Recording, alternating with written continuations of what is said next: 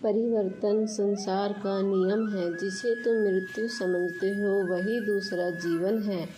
एक क्षण में तुम करोड़ों के स्वामी बन जाते हो, एक क्षण में तुम दरिद्र हो जाते हो।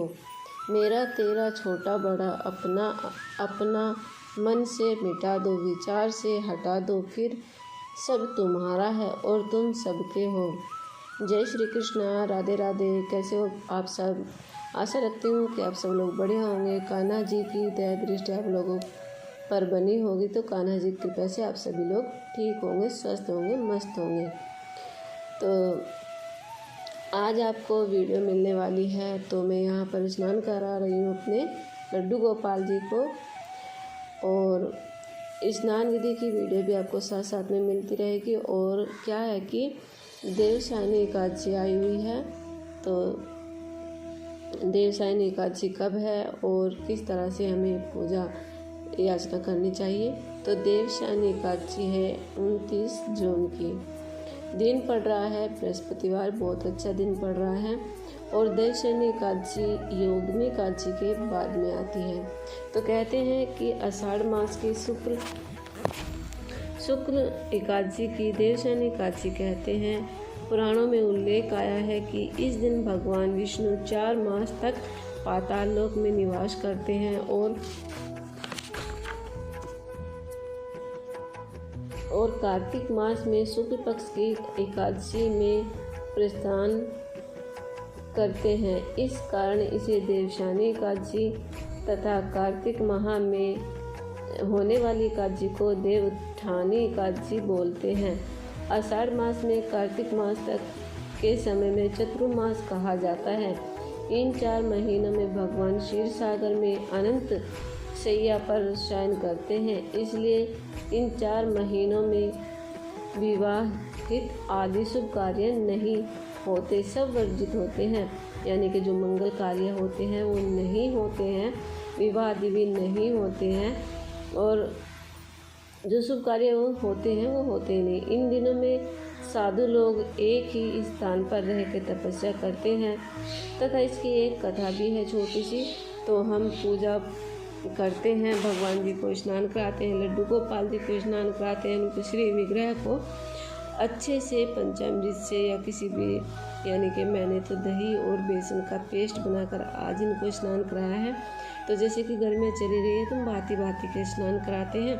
और सुबह ब्रह्म मुहूर्त में उठते हैं। ब्रह्म मुहूर्त में उठने के बहुत सारे फायदे होते हैं। एक तो सभी काम जल्दी समय से ख़त्म हो जाता है, और दूसरा हमें इतना भगदड़ भी नहीं मचती है, बहुत ही आसानी से आराम से काम हो जाता है। तो हम ब्रह्म मुहूर्त में उठते हैं, अपने सभी नित्य कर्मों से निपट करके हम भगवान को, यानी कि हम स्नान करते हैं पहले, फिर भगवान जी को स्नान कराते हैं। उसके बाद में जहाँ पर हमारा मंदिर है, मंदिर में साफ़ सफाई करेंगे और भगवान जी को पीला आसन देंगे, फूलों से आसन देंगे। तो चावलों का तो आसन हम नहीं देते हैं। एकादशी की तिथि में तिलों का जो है हम आसन दे देते हैं, क्योंकि तिल का महत्व होता है और चावल जो होते हैं वर्जित होते हैं। तो चावल का आसन हम भगवान जी को नहीं देते हैं। धूप दीप नैवेद्य आदि से हम श्री विष्णु भगवान जी की पूजा याचना करते हैं। भांति भांति के भोग लगाते हैं।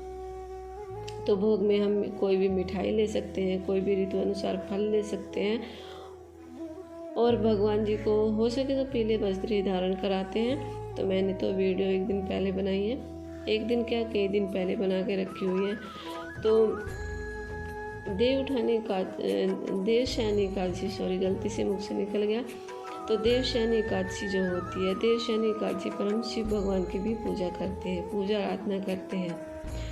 तो विष्णु भगवान और शिव भगवान की हम एक साथ से पूजा कर सकते हैं, क्योंकि बहुत अच्छा होता है, बहुत ही शुभ माना जाता है। सभी कामों से नित्यवर्त होकर के हम भगवान जी की पूजा याचना करेंगे। रात्रि में भजन कीर्तन आदि करेंगे और पूरे दिन ओम नमः भगवते वासुदेवाय मंत्र का जाप करते रहना है। तो हमारा जो सनातन धर्म है, हम इसे जीवित रखने के लिए ये सब करते हैं, और हमें अपने सनातन को नहीं भूलना चाहिए, क्योंकि हम सनातनी हैं और बहुत ही सौभाग्य से हमें ये धर्म, ये भारत, ये संसार प्राप्त होता है। अगर हम सनातन धर्म में जन्म लेते हैं तो ये हमारा बहुत ही सौभाग्य होता है, क्योंकि हमें अपने पिछले जन्म को सुधारने का भी यहाँ पर अवसर मिल जाता है। क्योंकि मानव जन्म मिलता है ना, तो मानव जन्म में हम पूजा याचना कर लेते हैं इत्यादि। जैसे कि हमें पशु का जन्म मिल गया या किसी भेड़ बकरी का जन्म मिल गया, तो वहाँ पर हम पूजा नहीं कर सकते हैं, क्योंकि हमें उतना ही ध्यान नहीं रहता है। तो मानव जन्म मिला है तो हम क्यों ना अपने जीवन को सुधार ले, पिछले जो हमने बुरे कर्म किए उसको भी सुधार ले, और जो आगे जीवन मिलने वाला है तो उसको भी सुधार ले। अगर हम ज़्यादा भक्ति पूजा करेंगे तो शायद हमें जन्म मिले ही न। तो सभी पापों से यहाँ पर मुक्त होने वाला ये एकादशी का व्रत होता है। और जो विष्णु भक्त होते हैं वो एकादशी का व्रत करते ही करते हैं, क्योंकि जो विष्णु भक्त होते हैं वो लड्डू गोपाल जी की भी सेवा करते हैं, विष्णु भगवान जी की, माता लक्ष्मी की, सभी की पूजा करते हैं। तो एकादशी का जो व्रत होता है सभी व्रतों में उत्तम होता है। एकादशी के दिन अगर हम भोजन ना करें तो बहुत अच्छा रहता है, उपवास करें। अगर हम स्वास्थ्य हमारा ठीक नहीं है और हम भोजन मतलब हम व्रत नहीं रख पा रहे हैं, तो हमें उस दिन अन्न नहीं ग्रहण करना है, क्योंकि अन्न का खाना बहुत ही निषेध माना जाता है। और चावल का खाना तो बिल्कुल मांस खाने के बराबर माना जाता है।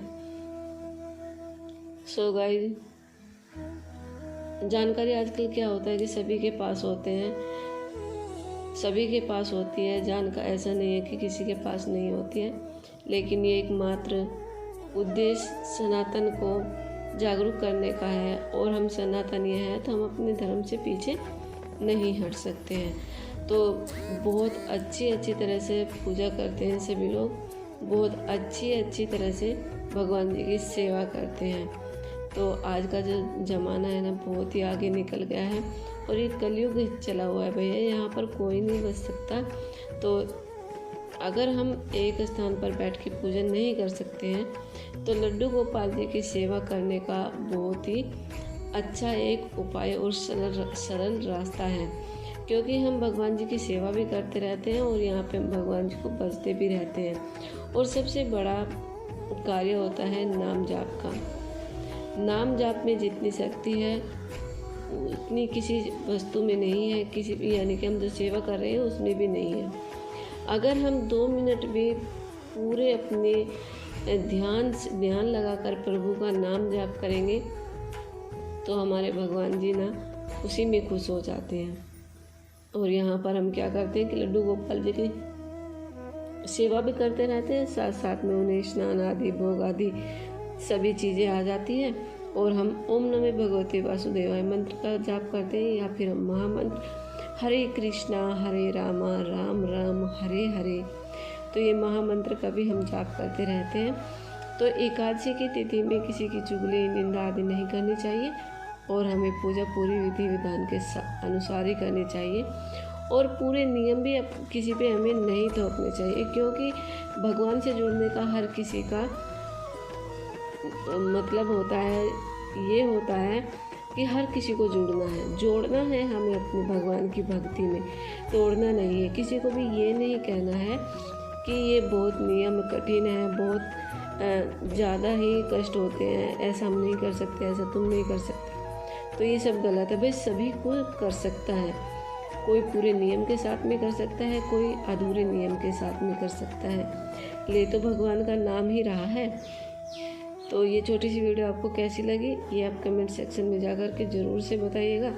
तो एकादशी का आपको पता चल ही गया कि 29 जुलाई की है, और पारण हमें करना है द्वादशी की तिथि में, यानी कि 30 जून को 5 बजे से लेकर 8 बजे के बीच में हमें व्रत का पारण भी करना है।